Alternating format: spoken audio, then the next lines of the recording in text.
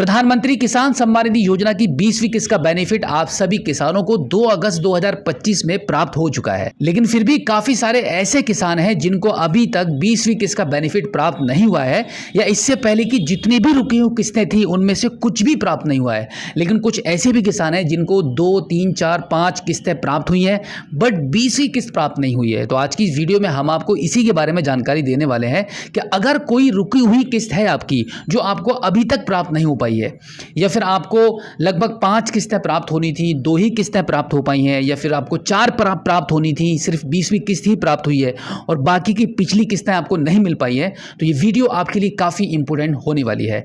तो इसके लिए अभी हम चलते हैं मोबाइल फ़ोन की स्क्रीन पर, वहाँ पर हम डिटेल में बात करेंगे और इसी के साथ हम ये भी बताएंगे आपको कि अगर आपकी कोई भी किस्त रुकी हुई है तो आपको किन किन बातों को ध्यान रखना चाहिए, क्या क्या आपको कराना होगा, कहाँ कहाँ जाकर किस किस अधिकारी से आपको मिलना होगा जिससे कि आपका जो रुका हुआ पैसा है वो आपको प्राप्त हो पाए। इसके लिए आप अपने मोबाइल फोन के गूगल पर टाइप करेंगे पीएम किसान सम्मान निधि। उसके बाद वेबसाइट का जो पहला लिंक आपको दिखाई देगा इस पर आप क्लिक कर देंगे। क्लिक करने के बाद आप देखेंगे कुछ इस प्रकार से आपके मोबाइल फोन की स्क्रीन पर ये वेबसाइट ओपन हो जाएगी, जहां पर आप नो योर स्टेटस वाले ऑप्शन पर क्लिक करेंगे। इस पर क्लिक करने के बाद अब यहां पर आपको आपके रजिस्ट्रेशन नंबर के माध्यम से लॉग इन करना होता है। देखो, अगर आपका रजिस्ट्रेशन नंबर आपको नहीं पता है तो आप यहां पे नो योर रजिस्ट्रेशन नंबर वाले इस ऑप्शन पर आप क्लिक करेंगे। इस पर क्लिक करने के बाद आपको 2 ऑप्शन मिलते हैं, पहला रहता है आपका मोबाइल नंबर और दूसरा है आधार नंबर। इन दोनों में से कोई भी एक ऑप्शन को चूज करके आप अपने रजिस्ट्रेशन नंबर को यहां से निकाल सकते हैं। एक बार जब आपका रजिस्ट्रेशन नंबर आपको यहां पे प्राप्त हो जाएगा उसके बाद बैक आ जाएंगे। बैक आने के बाद दोबारा से नो योर स्टेटस वाले इस ऑप्शन पर आप क्लिक कर देंगे। अब यहां पर आपका रजिस्ट्रेशन नंबर एंटर करके इस कैप्चा कोड को एंटर करेंगे और गेट ओटीपी वाले ऑप्शन पर आप क्लिक कर देंगे। अब देखो, आपके रजिस्टर्ड मोबाइल नंबर पर जो आपका पीएम किसान सम्मान निधि में लिंक है उस नंबर पर एक ओटीपी आएगा। जैसे कि ओटीपी हमारे पास आ चुका है। अब इस ओटीपी को यहाँ पे एंटर करके फाइनली गेट डेटा वाले ऑप्शन पर आप क्लिक करेंगे। अब इसके बाद सबसे पहले आपको आपकी पर्सनल इंफॉर्मेशन यहां पर आपको शो हो जाती है। अब इसको आप थोड़ा सा ऊपर की साइड में स्क्रॉल कर दीजिए। अब इसके बाद एलिजिबिलिटी स्टेटस वाले इस ऑप्शन पर आप क्लिक करेंगे तो आप देखेंगे यहां पर आपको 3 ऑप्शन मिलते हैं। ये चीज आपको कई बार वीडियो में बताई गई है। मेन आपके लिए जो 3 पॉइंट है वो यही है, लैंड सीडिंग, आधार सीडिंग और आपका ई-केवाईसी। इनमें से कोई भी अगर आपका रेड में रहेगा या फिर नो में रहेगा तो आपको इसका मतलब है कि पैसा नहीं मिलने वाला है, जो कि हमने 20वीं किस्त के आने से पहले भी आपको ये जानकारी दी थी। अब यहां पर पॉइंट की बात यह है कि लगभग लोगों के यहां पर ये तीनों पॉइंट यस में है, उसके बावजूद भी उनको पैसा प्राप्त नहीं हुआ। इसके पीछे की क्या वजह है, क्या कारण हो सकता है कि आपको सभी किस्तों का पैसा नहीं मिला? काफी सारे किसान इस बार इसलिए भी दुखी है कि भाई हमें एक भी किस्त प्राप्त नहीं हुई, जबकि हम एलिजिबल हैं। हमारा यहां पे लैंड सीडिंग, आधार सीडिंग और ई-केवाईसी यस में प्रॉपर काफी समय से शो कर रहा है और उसके बावजूद भी यहां पे एफटी प्रोसीड उनका नो में रहता है। इसके पीछे की क्या कहानी है वही आज हम समझने वाले हैं। अब देखो, सबसे पहले तो आपको मैं यही बताना चाहूंगा कि आपको सबसे पहले यही ध्यान करना होगा कि आपका लैंड सीडिंग यहां पे यस में आना चाहिए। अगर आपका लैंड सीडिंग यस में है तो आपकी पहली प्रॉब्लम सॉल्व हो जाती है। दूसरी प्रॉब्लम है आधार बैंक अकाउंट सीडिंग स्टेटस। अधिकतर इसी कारण लोगों का पैसा नहीं आता है। आपको यहां पे आपका स्टेटस यस में शो कर रहा होगा, आपका यहां पे ग्रीन टिक लगा हुआ है, तो आपको लग रहा है कि भाई आपका आधार सीडिंग यहाँ पे है, इसका मतलब कि आपके अकाउंट पर कोई भी प्रॉब्लम नहीं है। देखो, आपको जो भी समस्या आ रही होगी ना उसका यहाँ पे आप देखेंगे, यहाँ पर पेमेंट स्टेटस में इसका एक रीज़न लिखा हुआ होता है। अगर आपकी 20वीं किस्त फेल हुई है या इससे पहले की किस्तें फेल हुई हैं तो वहाँ पे आपका एफटी प्रोसीड नो होगा और यहाँ पर आपको आपका रीज़न भी लिखा हुआ होगा कि भाई क्या रीज़न है, क्या कारण है कि आपको ये पैसा प्राप्त नहीं हुआ। उससे भी आप आइडिया लगा सकते हैं कि आपको कहाँ जाना होगा। देखो, सबसे पहले तो मैं आपको बता दूँ कि अगर आपका लैंड सीडिंग की प्रॉब्लम है तो आपको तहसील जाना होगा। आपको कृषि विभाग में संपर्क करके अपनी लैंड सीडिंग यानी कि भूमि सत्यापन जो होता है वो आपको करा देना होगा।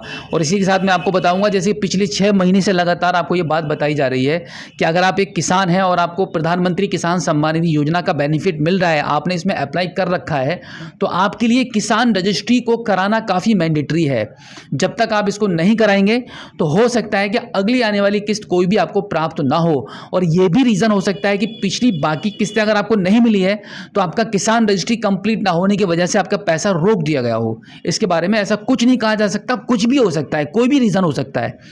तो पहले तो आप ये देख लीजिए, लैंड सीडिंग की प्रॉब्लम है तो आपको तहसील जाना होगा। अब हम बात करते हैं कि अगर आधार सीडिंग की अगर आपको समस्या आ रही है, देखो देखने में क्या है कि आपको यहाँ पे यस में शो कर रहा है, ग्रीन में शो कर रहा है, बट अगर आपका प्रॉपर एनपीसीआई पर आपका आधार इनेबल नहीं होगा डीबीटी के लिए तो आपका पैसा नहीं आएगा। तो इसके लिए आपको क्या करना है, आपको खुलवाना है खाता इंडिया पोस्ट पेमेंट बैंक में। इंडिया पोस्ट पेमेंट बैंक में इसलिए बोला जाता है क्योंकि गवर्नमेंट भी कहती है भाई आप यहाँ पे खाता खुलवाइए, जिससे कि गवर्नमेंट की तरफ से जब भी पैसा भेजा जाएगा तो सबसे पहले प्रायोरिटी बेस पर आपको उसमें पैसा मिलेगा।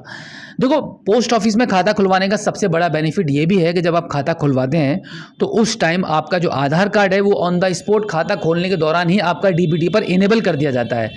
तो जैसे ही खाता आपका एक्टिव होता है उसके 8 दिन के अंदर 12 दिन के अंदर आपका आधार भी एनपीसीआई पर शो करने लगता है कि भाई आपका इस बैंक में अकाउंट आपका आधार लिंक हो चुका है। तो इस वजह से आप एक बार अपने आधार कार्ड को किसी दूसरे बैंक में भी लिंक करा के देख लीजिए या एक नया खाता पोस्ट ऑफिस में खुलवा लीजिए, ताकि आपका ये डाउट भी क्लियर हो जाए। नेक्स्ट टाइम पे डेफिनेटली आपको पैसा मिलेगा। अब हम बात करते हैं ई केवाईसी। देखिए, ई केवाईसी तो मोस्टली सभी किसानों की हो चुकी है। जितने भी किसान इस बेनिफिट्स इस योजना से जुड़े हुए हैं, जिनका लिस्ट में नाम शामिल हो चुका है, डेफिनेटली उनको पैसा चाहिए होगा तो उन्होंने किसी न किसी नज़दीकी सीएससी सेंटर पर जाकर या खुद ही आधार कार्ड ओटीपी के माध्यम से अपनी ई केवाईसी कर ही ली होगी। ई केवाईसी सिर्फ उन्हीं लोगों की पेंडिंग शो कर रही होती है जो अब इस दुनिया में नहीं है। आपको अगर बेनिफिट लेना है, बेनिफिट लेना चाहते हैं तो आपने लगभग अपनी ई केवाईसी तो कंप्लीट करा ही दी होगी। बहुत कम केसेस ऐसे हैं जहाँ पर लोगों की ई केवाईसी नहीं हुई है। मैक्सिमम 2 केसों में पैसा अटकता है। पहला तो रहता है लैंड सीडिंग और दूसरा है आधार सीडिंग। इन 2 प्रॉब्लम की वजह से ही आपका पैसा अटकता है। आपको यहाँ पे यस में ज़रूर दिख रहा होगा, बट एक बार आप दोनों ट्राई कर लीजिए। लैंड सीडिंग भी दोबारा से करा के देख लीजिए, आधार सीडिंग भी दोबारा से करा के देख लीजिए, ताकि अगली आने वाली किस्त में ये डाउट क्लियर हो जाए कि भाई आपकी प्रॉब्लम कहाँ थी। अगर सब कुछ कराकर देख चुके हैं और फिर भी आपका पैसा नहीं आ रहा है तो फाइनल आंसर के लिए आपको एक बार कृषि विभाग में संपर्क करना ही पड़ेगा। जैसे कि मैं आपको बता दूं, हमारे इस अकाउंट पर कोई भी प्रॉब्लम नहीं है। एफटी प्रोसीड यस शो कर रहा है, यानी कि यहाँ पे 5th इंस्टॉलमेंट ही इनके लिए 20वीं इंस्टॉलमेंट है। तो यहाँ पे इंस्टॉलमेंट आ चुकी है। डेट आप यहाँ पे देख सकते हैं, 2 अगस्त 2025 में यह पैसा आया था। आपको अगर ये पैसा नहीं मिला है तो आप समय रहते अपने तहसील में जाकर अपने कृषि विभाग अधिकारियों से संपर्क कीजिए और उनसे एग्जैक्ट जानकारी ले लीजिए क्या भाई आपको आगे आने वाली किस्तों का पैसा मिलेगा या नहीं मिलेगा, या फिर आप ऐसे ही इंतजार करते रहेंगे। ये तब करना है जब आपका यहाँ पे सब कुछ यस में शो कर रहा हो और आपने मल्टीपल टाइम्स लैंड सीडिंग और आधार सीडिंग भी करा रखी है। आपका इससे पहले किसी और बैंक में आधार लिंक था, इसमें आपका इससे पहले किसी और बैंक में आधार लिंक था, अब आपने किसी दूसरी बैंक में आधार लिंक करा दिया था 20वीं किस्त से पहले भी, और फिर भी आपको ये पैसा नहीं मिला, तो एक बार आप तहसील में जाकर संपर्क कीजिए ताकि 21वीं किस्त के दौरान आपको कोई भी प्रॉब्लम ना हो। देखो, आप जगह जगह जाकर वीडियोज़ में या कहीं भी आप कमेंट करते रहते हो कि भाई मेरा पैसा क्यों नहीं आ रहा है, इसका रीज़न कौन बता सकता है। तो मैं आपको बता दूं कि इसका रीज़न सिर्फ अधिकारी ही बता सकते हैं, कोई भी नहीं बता सकता।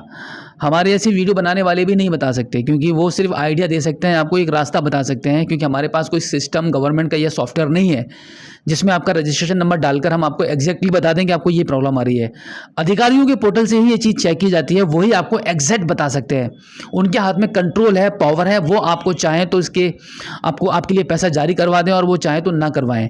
तो इसलिए आप एक बार कृषि विभाग में जाके, अपने तहसील में जाकर, अपने ब्लॉक में जाकर वहाँ से आप अपना समाधान लीजिए। आपको सबसे पहले बस आपकी इस प्रॉब्लम का ही पता करना है कि भाई आपका रीज़न क्या है कि आपको पैसा प्राप्त नहीं हो रहा है। वहीं से इसका आपको अच्छा आंसर मिलेगा, तभी आप अगली आने वाली 21वीं किस्त के भागीदार बन पाएंगे। लेकिन उससे पहले आपको ऐसे नहीं चले जाना है। आपको जाना तभी है तहसील में जब आपके यहाँ पे लैंड सीडिंग, आधार सीडिंग और आपका ई केवाईसी यस में होना चाहिए। अगर यस में नहीं होगा तो इतनी छोटी बात तो वो भी आपको यही बता देंगे कि भाई अपना लैंड सीडिंग कराओ, आधार सीडिंग कराओ या ई केवाईसी कराओ, तभी आपका पैसा आएगा। अब मेजर कंसर्न तो यही है कि आपकी ये तीनों चीज़ें यस में है, फिर भी आपका एफटी प्रोसीड नो रहता है। तो इसके लिए आपको तहसील में ही संपर्क करना पड़ेगा।